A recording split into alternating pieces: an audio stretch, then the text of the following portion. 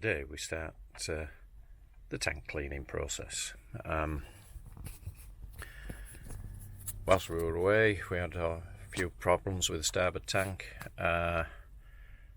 We had intended doing a tank replacement, but unfortunately we were going to use a Vitus tank, and Vitus used to make a tank that was absolutely perfect for us, but they seem to have changed the range and those tanks are no longer available and the new ones do not fit.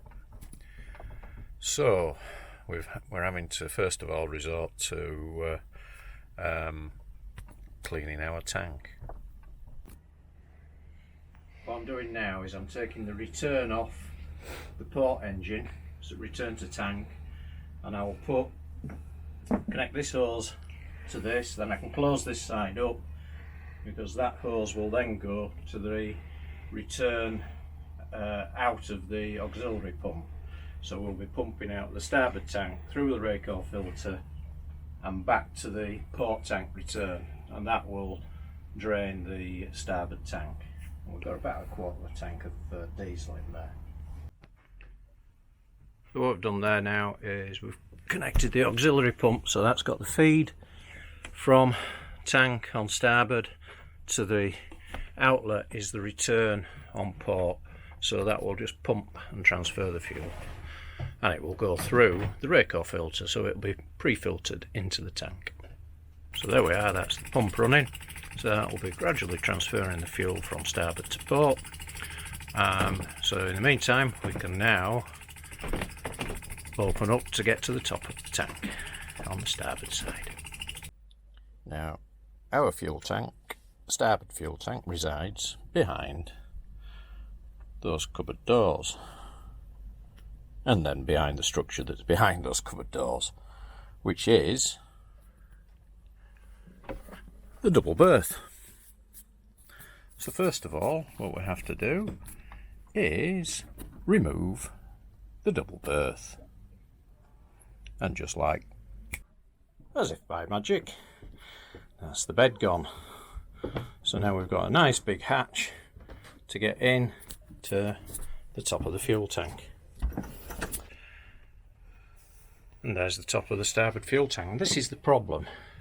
This is silicon that's been put around. You can see it's already been leaking. So, and that's the plate that somebody's put in. That's held in, the tank is just held in with these battens across, and this one we've already undone, so we can get this out like that, and then I can get right to the hatch.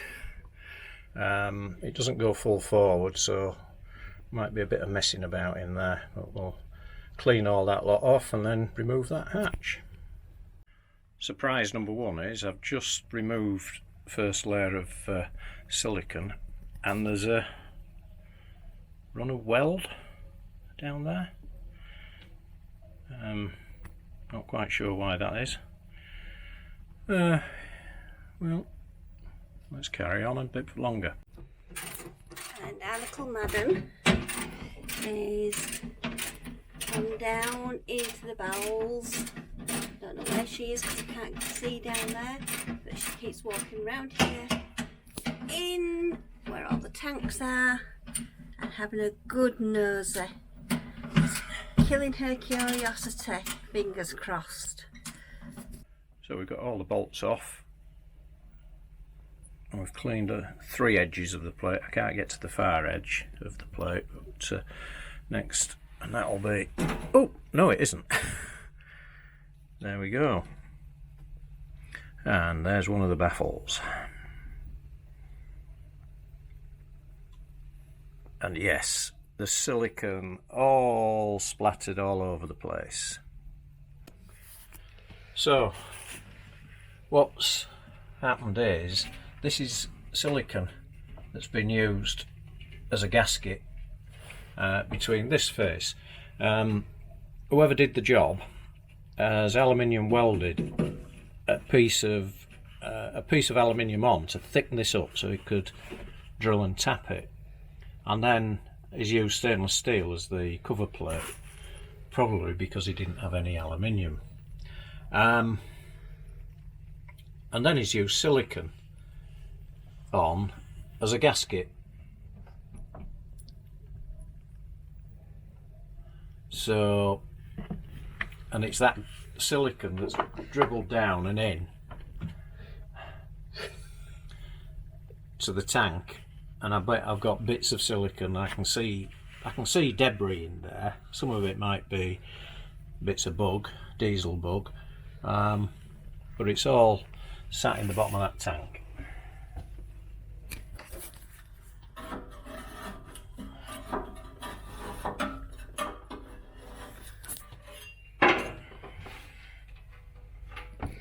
Okay, just went for another little explore. She's a curious little putty cat. A pain of a little putty cat who has decided for some reason she's found she can go walking by herself and she doesn't need a human with her. But she's not. So this is the proof that it's silicon between. That's the bit that was on the outside.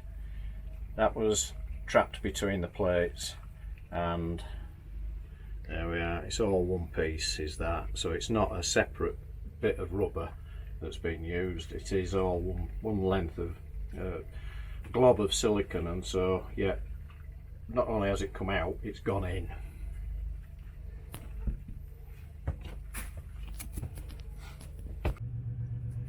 So we stopped the fuel transfer because it didn't seem to be pulling anymore, but there seems to be about 30 litres still in the tank.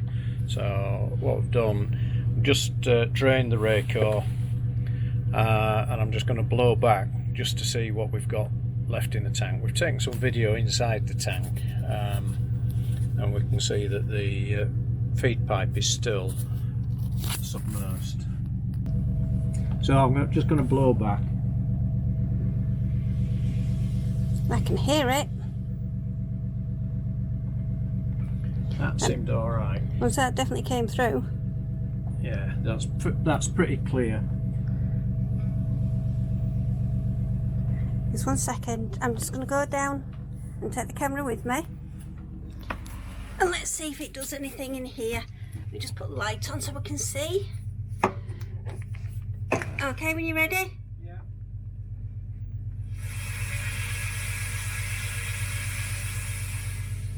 No. Bubbling. No, there's no movement. Right, so we're out of. That's it then. So the feed pipe is well clear of the bottom of the tank now. So we've just tested that going back to tank. We're not bubbling, so the pickup is well above the surface. So that's the residue that we're left with, about 30 litres in the tank. So we can put the Rayco back together. This one will need a filter change, so I can do that now because I'm not going to draw any more fuel through this one. And then we can carry on seeing what we can, if there's anything else we can clear out in the fuel tank itself. I'm going to ask a very stupid question now. Have you got your other filter ready? And I know the answer. No, because I didn't intend doing it right now, but may as well. Let's pull a bit of sludge.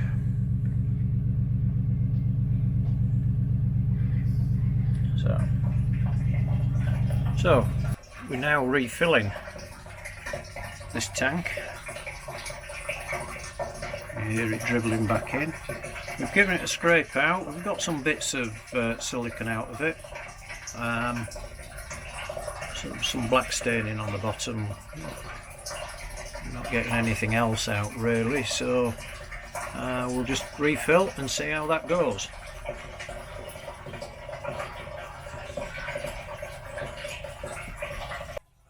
So that's the cover plate. We've got a neoprene gasket around it, just prepared that, so that is ready to drop back on top. And there we are, after a struggle, everything back together.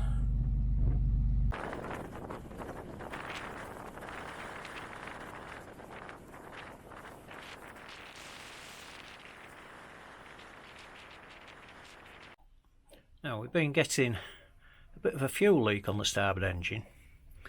Now, this may all be connected to some of the issues we've had. On the high pressure side, on the return, just around the shut-off valve and the return pipe on the banjo, been getting a bit of a fuel leak. I kept cleaning it up and it's just kept coming back. So today I've replaced the copper washers between the banjo unions and the fittings. They've just come in from key part, so we've just put them in.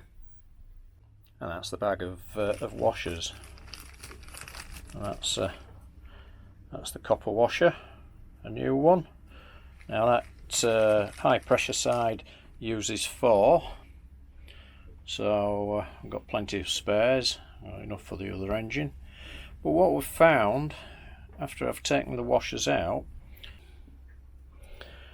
at some point somebody has trapped one of the sealing wires between the banjo unit and the copper washer, and so that copper washer has got impressed into it the sealing wire form. So guess where the fuel's been leaking from? It won't now, because it's not trapped. So today we're going to start another little project. We're still recovering the walls and trying to find things to cover the walls. This vinyl's tired, it's dirty, it won't clean. So we've got this section to do here. We've also got the section behind that door to do into the forward cabin, and the other side of the walkway. And what we've got is some more of this DC Fix plastic. This time we're putting concrete on board, which will match the grey that we've got in the galley already. But this has got a slight stippled surface which will match what's already on the walls, so we don't have to do too much preparation. And there we are, that's that one panel completed.